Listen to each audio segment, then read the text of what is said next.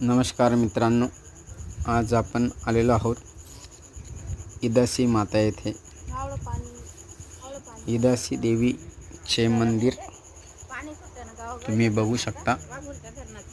जामनेर रोडवर आहे हे आणि इथून सगळा नजारा खूप छान असा दिसतोय। आणि मी छान अशी टोपी घातलेली आहे, उन्हाचा वेळ होता आणि आता आपण मंदिरात जातोय।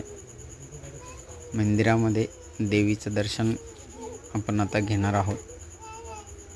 किती छान अशा घंटा इथे बांधलेल्या आहे, नवसाच्या घंटा असतात या। बघा समोर श्री माता इदासी देवी।